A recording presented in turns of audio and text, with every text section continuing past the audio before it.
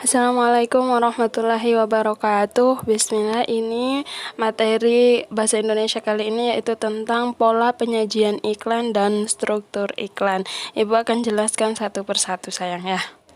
Oke, baik, kita mulai dengan pola penyajian iklan. Jadi pola penyajian iklan ini sayang dibagi menjadi dua.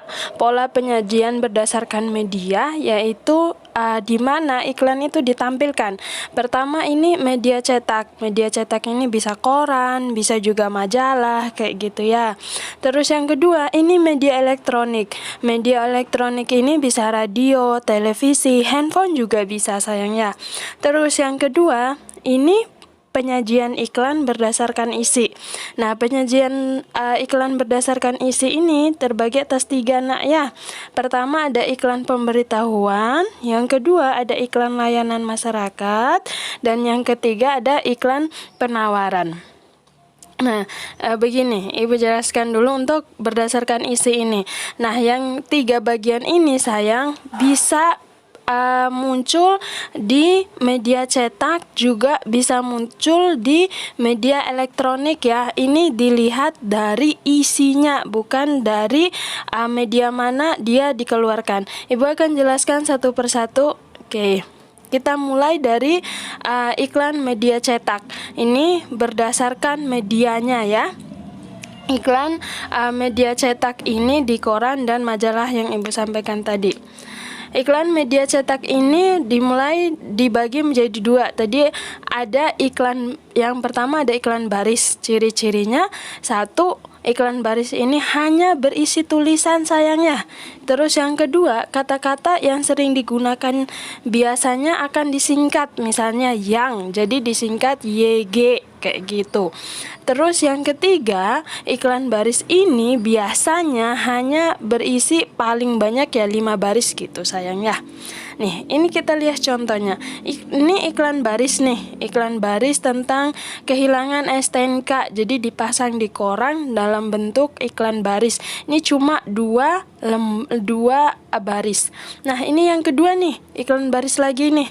Ini ada dijual cepat rumah. Nah, ini CPT itu artinya cepat, jadi disingkat kayak gitu. Nah, ini cuma 3 baris. Jadi iklan baris itu bisa berupa kehilangan STNK, bisa berupa kehilangan apa aja, terus bisa juga berupa jual menjual kayak gitu, cari pembantu pun bisa. Terus yang kedua dari iklan media cetak ini ada yang namanya iklan kolom. Nah, iklan kolom ini ciri-cirinya pertama dia berisi tulisan dan gambar, lalu yang kedua dia berada di dalam kolom dengan berbagai macam ukuran. Jadi ukuran iklan kolom ini ada yang kecil, ada yang besar. Kita lihat contohnya. Ini contoh yang pertama. Jadi ini adalah iklan pengumuman tarif iklan koran Kompas. Jadi diumumkan di koran Kompas dalam iklan kolom kayak gitu. Ada gambarnya kan, ada tulisannya kayak gitu. Nah, ini juga ada iklan kolom lagi, menjual tanah. Jadi ada tanah dijual bla bla bla, hubungi bla bla bla. Jadi ini bedanya dengan iklan baris tadi. Kalau iklan baris kan gak ada kolom-kolomnya. Kalau iklan kolom ada gambar terus ada kolomnya gitu. Tulisannya sih ada singkat kayak gitu juga ya. Nah, berdasarkan media cetak, sekarang berdasarkan tadi media cetak, sekarang media elektronik. Jadi ada iklan yang dipasang di media elektronik. Jadi ada pasang iklan radio yang pertama. Terus yang kedua ada iklan di televisi yang biasa kita lihat tuh. Terus ada iklan di film. Nah, iklan di film ini biasanya kalau kalian pernah nonton bioskop, itu sebelum ditayangkannya bioskop itu ada iklannya terlebih dahulu. Nah, itu ini seiring dengan berjalannya ini zaman modern ini kan iklan elektronik jadi berkembang lagi, kayak ada di YouTube kan, pernah lihat kan, kalau yang punya sosmed sering lihat-lihat iklan lewat gitu kan, itu juga termasuk iklan elektronik kayak gitu sayang ya. Nah, berikutnya kalau tadi itu iklan berdasarkan media, sekarang iklan berdasarkan isinya. Jadi iklan berdasarkan isinya ini bisa muncul di media cetak, bisa muncul di media elektronik. Jadi yang dilihat adalah isi dari iklan tersebut. Ibu jelaskan sayang ya. Nah, untuk iklan berdasarkan isinya ini, pertama ada yang namanya iklan pemberitahuan. Jadi iklan pemberitahuan ini isinya mengumumkan informasi. Jadi tidak ada unsur mengajak untuk membeli, untuk melamar pekerjaan, nggak ada. Hanya memberitahukan. Kita lihat contohnya ya. Ini iklan di pemerintahan Kota Batam. Jadi mengucapkan selamat dan sukses kepada Insinyur Haji Rias Haptarika ini ya cuma memberitahukan kayak gitu aja gitu. Nah, ini juga ada pengumuman bahwa pelayanan poliklinik tutup pada tanggal 5 Februari 2019. Ini memberitahukan kepada pasien yang sering datang kepada poliklinik ini bahwa pada tanggal 5 Februari 2019 itu tutup. Ya sudah, cuma memberitahukan kayak gitu doang. Jadi tidak bermaksud untuk mengajak orang lain untuk membeli kayak gitu, untuk datang kayak enggak, cuma memberikan informasi agar orang tidak datang pada jam tutupnya tersebut, pada waktu tutupnya. Terus ini jika tadi memberitahukan, sekarang ada iklan penawaran.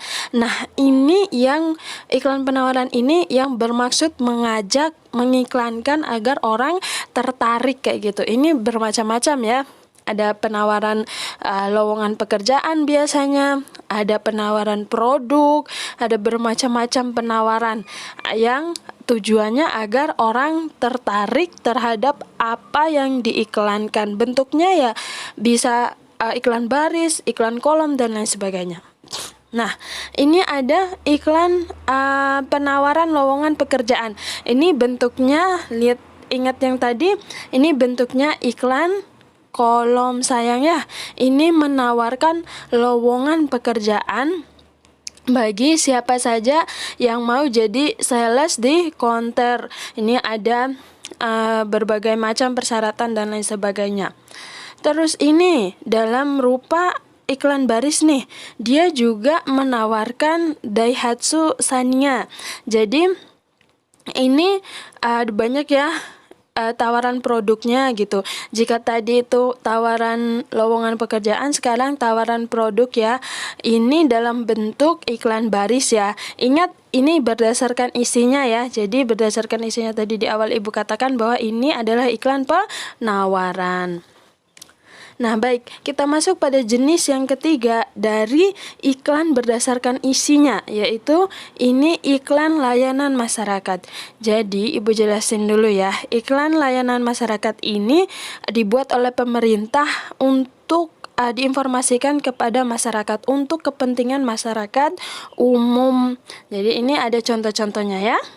Ini yang pertama nih, ini dikeluarkan oleh Menteri Kesehatan tentang cara cuci tangan pakai sabun yang benar itu seperti apa sih? Jadi dijelaskan langkah 1, 2 sampai pada langkah 5-nya.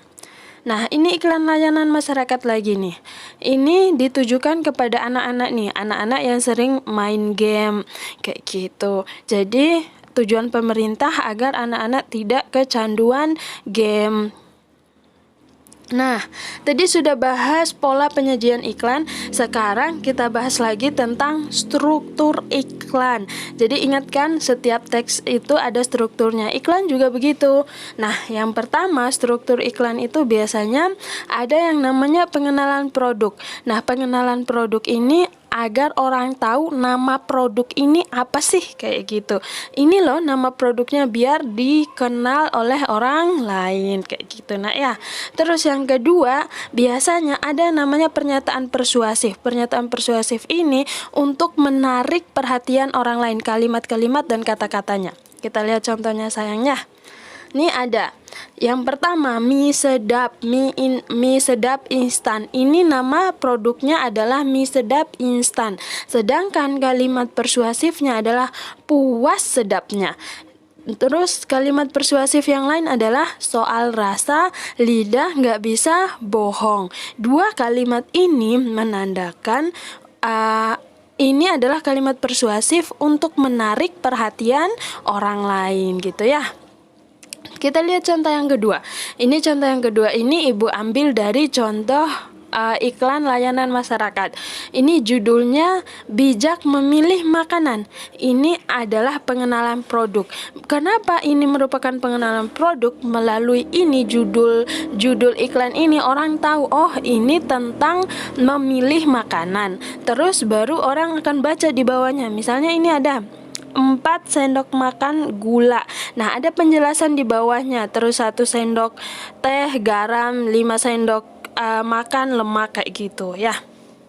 Ini tugasnya sayang ya. Ini tugas yang pertama yaitu cari contoh iklan berikut. Jadi kalian cari masing-masing 1 contoh iklan.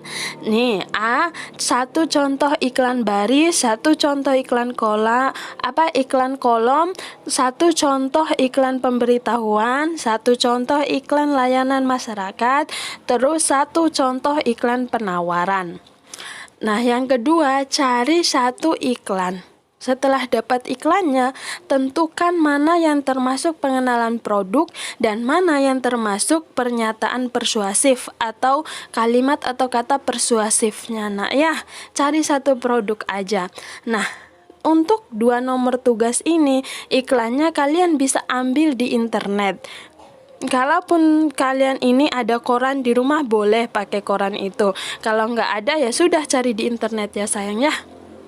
Baik, demikian penjelasan materi untuk kali ini. Ibu harapkan semoga Allah memudahkan kalian untuk memahaminya. Jazakumullahu khairan. Wassalamualaikum warahmatullahi wabarakatuh.